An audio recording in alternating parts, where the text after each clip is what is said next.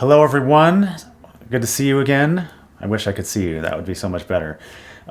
If you haven't watched the course introduction video, it might be better to look at that first.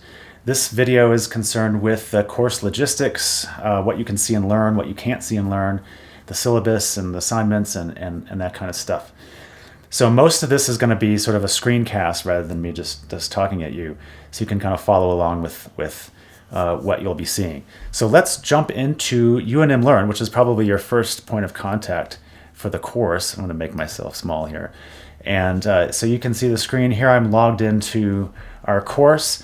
There's not a whole lot in here yet. There's a couple things to take note of. One, there's a welcome announcement, which doesn't say a whole lot. It says we're not using UNM Learn to have the syllabus on it, where the syllabus is somewhere else. So there's a link here in this announcement. More conveniently, it's right here. So when you want to go to the syllabus, you can click this link and here you go. I'll get into this later. I want to just say another word about Learn.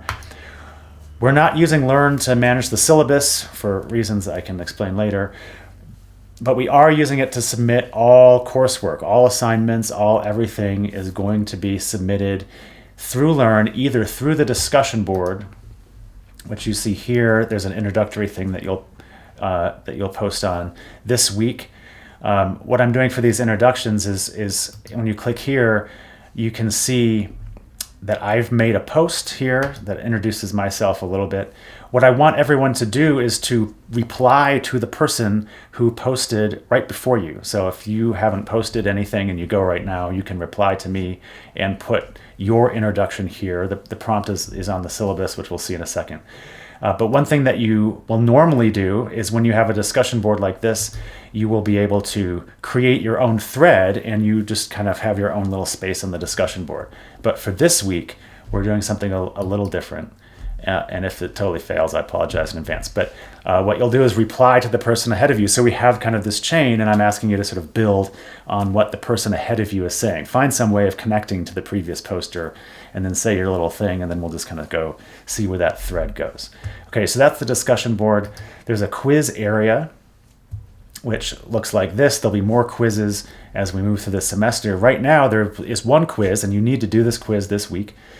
It's a quiz on the syllabus, which is basic information that's going to be in this video and also is just written on the syllabus. Okay, this is graded. These are actual points, real points.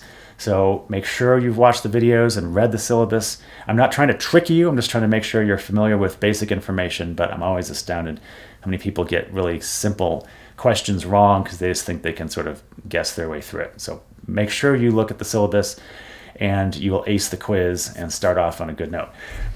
The other link that you need to know about is the course YouTube channel, which that is where all the videos like this one will be posted. They're also going to be linked to very clearly on the syllabus, so you don't have to go to the channel to find stuff. But if you want to get back to a video and you're not sure where the link is, that might be the easiest place. You can also subscribe to the channel and get notifications whenever I put a new video there, but you'll always be able to find the link on the syllabus for the day you're supposed to watch the video. Okay, there's a gradebook thing here. All of this work is being submitted through Learn, being graded in Learn, so you'll always be able to see how you're doing in the class through your grade center. Okay, that's it for Learn. Again, the syllabus isn't here, it's somewhere else, and that's always going to be true. Here is the main sort of homepage for the syllabus. Course descriptions, student learning outcomes, general workload, requirements, grading, course materials, and so on. Okay, I'll go over this in a little slower in a second. The other main page that you need is the schedule page, which tells you week by week, day by day, what you need to be doing. Stuff that you need to turn in is, or if you have to take a quiz, is in a red box. Other informational stuff, even though you need to do something, in this case, is in a yellow box. And that's just the way it goes throughout the whole semester. I'll get back to this page in a second, but I want to start here on the home main page. Course description, that's all covered in the previous video, so I'll skip over that. Student learning outcomes, These are pretty standard things for lower division history classes at UNM, so you've probably seen these before. But I want to say, I do take these very seriously. All the stuff that's here, this is what guides the readings, the assignments, everything we're doing in this class is really working towards these aims. So I want to be very clear that the student learning outcomes are here, and they're important, and they never change. This is what we're about. Okay, general workload. Usually you'll read 2 short book chapters, sometimes a chapter and an article or something like that, per week. Standard amount, I think, maybe a little less for a lower division history class. Most weeks you'll have a 5 to 10 minute introductory video where I can give you some guidance about things to look out for in the reading if you need a little extra background or there's terms or people that don't get introduced very well. I'll be able to do that. So as you go through the readings, you'll have a pretty clear idea of why I want you to read these and what I hope you can take away. They're meant to be very short. Sometimes there's a quiz on it. Sometimes you'll write a little sort of reflection piece about it. Quizzes are about 25% of your grade. They're mostly straightforward. If you've done the reading, they should be really easy. But I also throw in a handful of questions that are definitely not easy. And the goal is to make you think carefully and critically about course material. And you will disagree with me on some of these. I promise. And that's what I want, because this class is about interpretation and argument. And so on the discussion board, if there's a quiz question that you think is wrong or unfair or misleading, then we'll argue about it. I like to argue. If you make a good argument, and we don't even have to agree, okay? But if you make a good argument for why a question I marked it wrong and you don't feel like that's fair, you can get your points back for making an argument, right? Even if I disagree with you. That doesn't mean I'm always going to give you the points, but I want you to get whatever grade you want in this class, okay? If you keep up with the work, you put in a legitimate, bona fide effort, you'll do well. If you've never taken a history class, you're going to fail this class. No, I'm totally kidding. You are welcome here no matter what your background is, no matter how many history classes you have or haven't taken. You can succeed in this class. I assume you know nothing, right? I assume you have absolutely no knowledge of history or historiography, which is the writing of history. That's really what we're studying. We'll get into that sort of term later. But we do everything sort of from the ground up. Okay, so you can learn as much as you're motivated to learn. You can get whatever grade you want. You can succeed here. Work requirements and grading. All the different kinds of assignments we're doing are listed here. I make assignment guides for everything that you have to turn in, so you know very clearly and explicitly what I'm expecting, what I'm hoping to do, what I'm hoping you do, and how to do it, what the form looks like, and so on. I haven't finished all of them, obviously, so there's just 2 that have available links now, and these are things you'll be doing this week and next week, and the other stuff isn't for later. So it tells you the grading scheme, it tells you, what you're supposed to be doing, the basics here. Course materials, there's 3 books, and we're reading most of these books. We're reading all of this book. It's online, so if you really don't want to buy it, you can read it online through UNM. These other ones are not online as far as I know. We're reading most of the book, and so I recommend if you can get a cheap paperback copy, that's a good thing to do, or a Kindle or something like that, so you're not staring at the screen, because it's a lot of screen time if you do everything just digitally. But these are the books, very easily available through Amazon or your favorite online book retailer. They're at the UNM bookstore, and you can order them for delivery there as well. It doesn't matter to me how you get the books, but we are reading most of all the books, so they're definitely essential for the class. There's a couple other PDFs and other assignment readings that you'll need. We use a tool called Zotero to access these, and many of you have already done this. Read the setup instructions. I'm not going to go over it because it's just so easy. Read the setup instructions. It's just there's 4 steps. There it is. You'll need these links as you're doing that. Once you're set up, you'll have all access to the readings whenever you want, and there's never any problems with that. So just be aware that you need to get your readings through Zotero. It's the only place you can get the readings. I mean, you can try to hunt them down, but some of the readings are chapter scans, which you're not going to find online. So make sure you get set up. That's one of your tasks for this week. Okay, other boilerplate stuff down here at the bottom of the home page. Let's go to the schedule page just briefly. Submitting work, just a reminder, everything is going to be on Learn. Okay, everything's on Learn through the discussion board or a quiz. A note about deadlines. Anytime you have something due, I mentioned this before, it's in a red box. And I have usually, always, the red box is under a day. Friday, here's what you should do. Monday, you have a lecture quiz the next week. Monday, you have a lecture quiz. Wednesday, a reading quiz. So anytime you have to turn in something, it's right under the day. So at a glance, you can see this is week 2. You have a lecture quiz, a reading quiz, and a reading reflection. That's the workload for week 2. And I'm not going to go through week by week, obviously, but I just want to show you it's very consistent as you scroll down. Every once in a while, nothing's due. You might have a slightly longer assignment due Friday and nothing due on the other days. So it's variations on the theme, but it's pretty consistent, so you can plan accordingly. Oh, due dates. That's what I was talking about. You have something due this Friday, a video reflection. You might have some emergency. Sick kids, sick pets. You might get COVID. Who knows? I hope you don't. If you have an issue where you're just not going to be able to turn the assignment in, you have a 2-day sort of window to get the assignment in for whatever reason, and I don't care what it is. You don't need to tell me.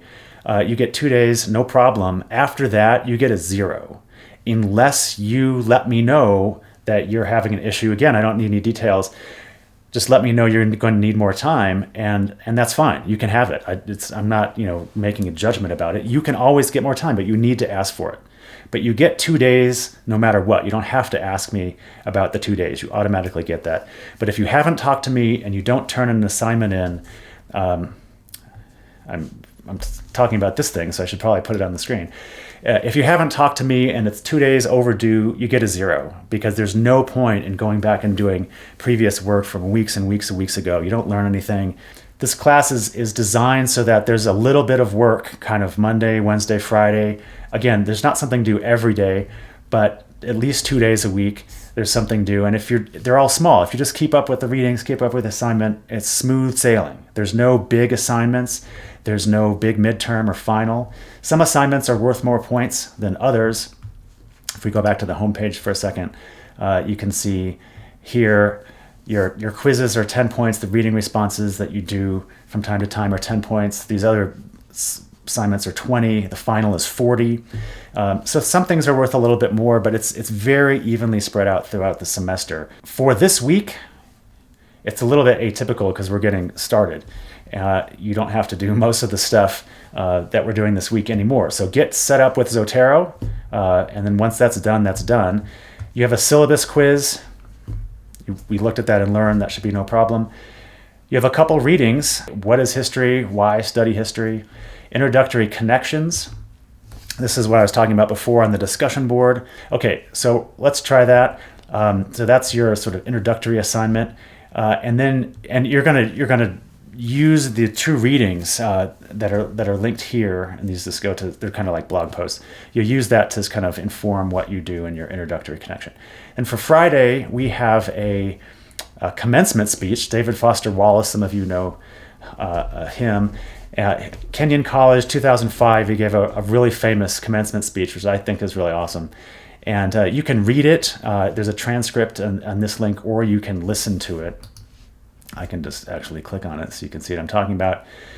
So you can listen to it. It's in 2 parts here, or you can just go down and read it. I read it and listened to it at the same time, which is kind of fun. You can do whatever you want.